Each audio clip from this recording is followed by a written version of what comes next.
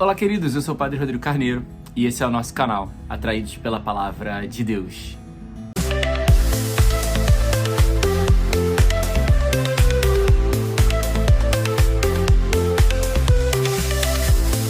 Então seja muito bem-vindo aqui no nosso canal, você que está chegando pela primeira vez, você que já é um atraído pela palavra, você que está fazendo essa experiência com a gente, você que está caminhando nesse universo de fazer uma experiência com a palavra de Deus.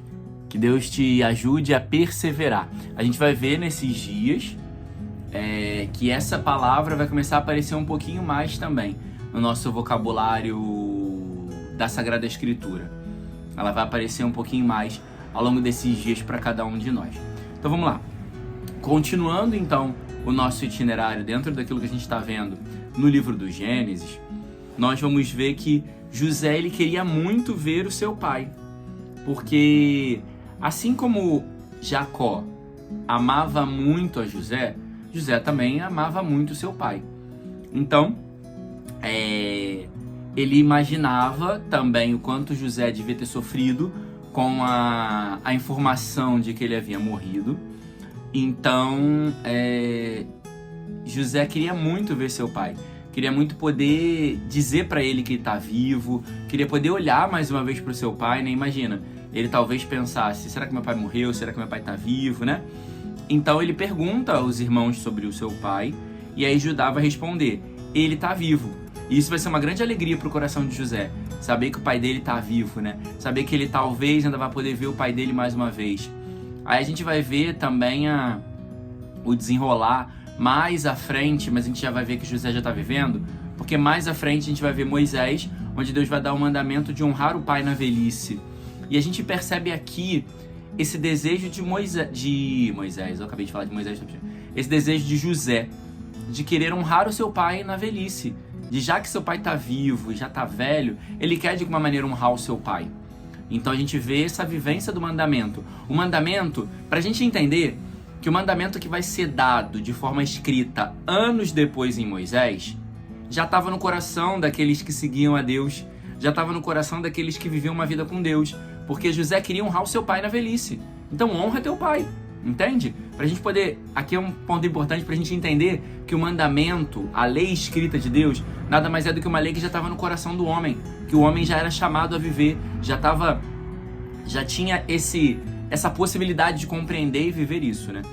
Também nós vamos ver que Judá vai contar para José, né? Vai contar a verdade, né? Aí a gente vê, porque depois desse processo de reconciliação, durante esse processo de reconciliação que vai acontecendo, a gente vai vendo que a verdade, ela vai sendo revelada, né? José ele não vai aguentar e vai contar para os irmãos quem é ele, né?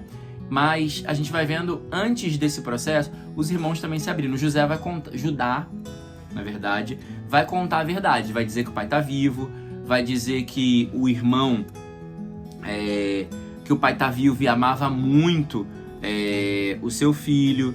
E aí vai falar do amor que ele tinha pelos seus filhos. Então todo esse processo vai acontecer. E aí vai dizer também que o pai amava muito a José e sofreu muito por ele, mas que não deixou o outro filho, porque o segundo mais novo, né? O segundo mais novo ele não deixa descer, porque José pediu para que trouxesse o filho mais novo, né? Mas o pai não deixa vir o filho mais novo, porque o pai disse, eu já perdi o meu primeiro filho porque foi devorado pelas feras. Eu não pude nem enterrar o seu corpo. Imagina se eu perco esse meu outro filho. Então não deixou ele descer. Aqui tem um ponto interessante do amor desse pai por esse filho. A gente acabou de falar de José que queria honrar o seu pai, mas também tem a dimensão de que os pais precisam amar e proteger os seus filhos. Hoje a gente vive numa geração e numa situação onde os pais não protegem os seus filhos.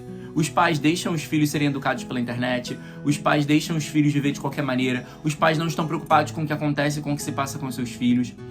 Só que aqui a gente vai ver na palavra de Deus o cuidado de Jacó com o seu filho. Ele já havia dado, entre aspas, né? Vou usar uma expressão, entre aspas, tinha dado mole e perdeu um filho. Porque ele manda o seu José ir até os irmãos para ver como eles estão. E aí José vai até eles e morre. Então, Jacó já carregava essa culpa de que havia perdido um filho. Só que entenda que talvez não precise, não queira passar pela experiência de perder um filho para se preocupar com os demais. Comece um processo de preocupação, de proteção, de guardar os seus filhos. Com quem seu filho tem andado? Para onde ele tem ido? Com quem ele tem conversado? Isso é uma preocupação que deve estar no teu coração de pai, no teu coração de mãe, para proteger o seu filho. Proteger ele fisicamente, mas também proteger ele, como nós vamos dizer, proteger ele também moralmente falando, né, para que não se envolva com coisas erradas. Proteger o seu filho também psiquicamente, para que não se deixe submeter a situações que possam ser traumáticas para ele. Hoje a gente tem deixado os jovens viverem de qualquer jeito. Aí a gente não ajuda na formação, a gente não contribui em nada. Então a gente forma jovens, a gente vê jovens imaturos, jovens sem capacidade de relacionar-se, porque vão se frustrando. A gente não ensina coisas para os filhos. Então, Jacó também é um exemplo de querer proteger os seus filhos.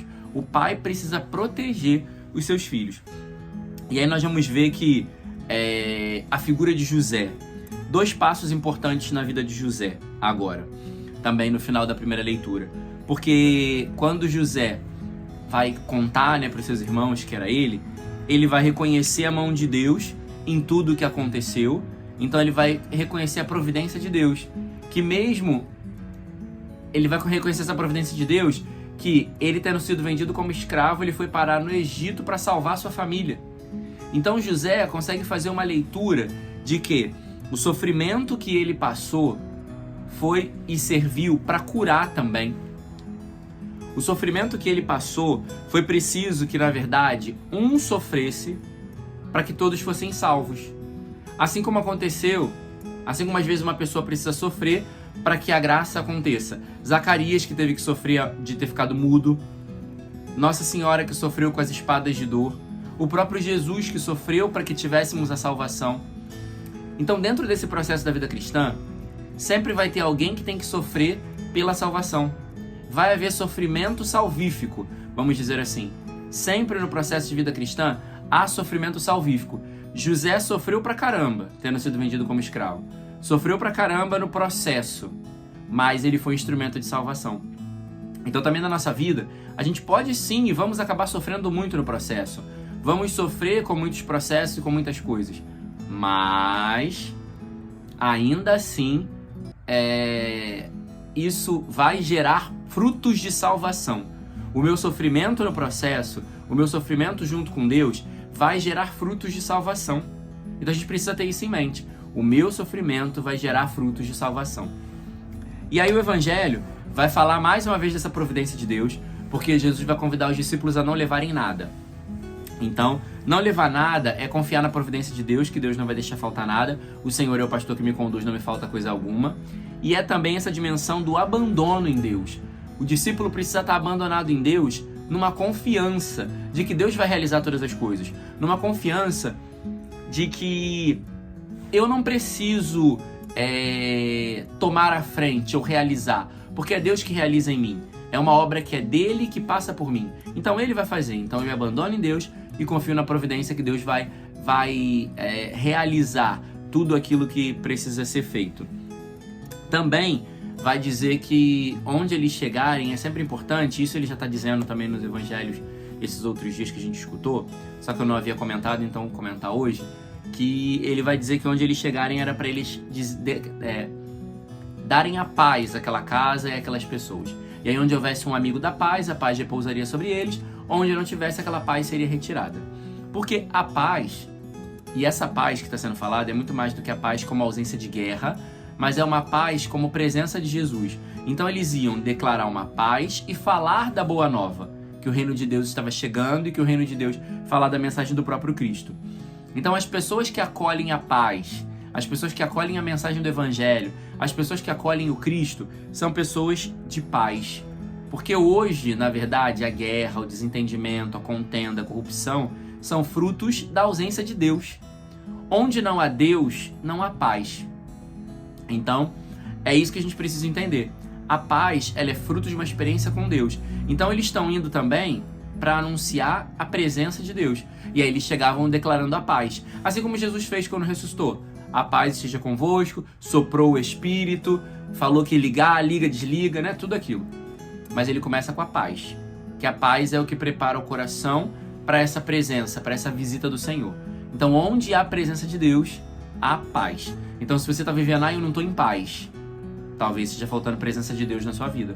Talvez esteja faltando dar mais espaço para Deus na sua vida, ou fazer algum movimento na direção de Deus para que Ele possa te conceder a verdadeira paz, tendo em vista que Ele é o príncipe da paz.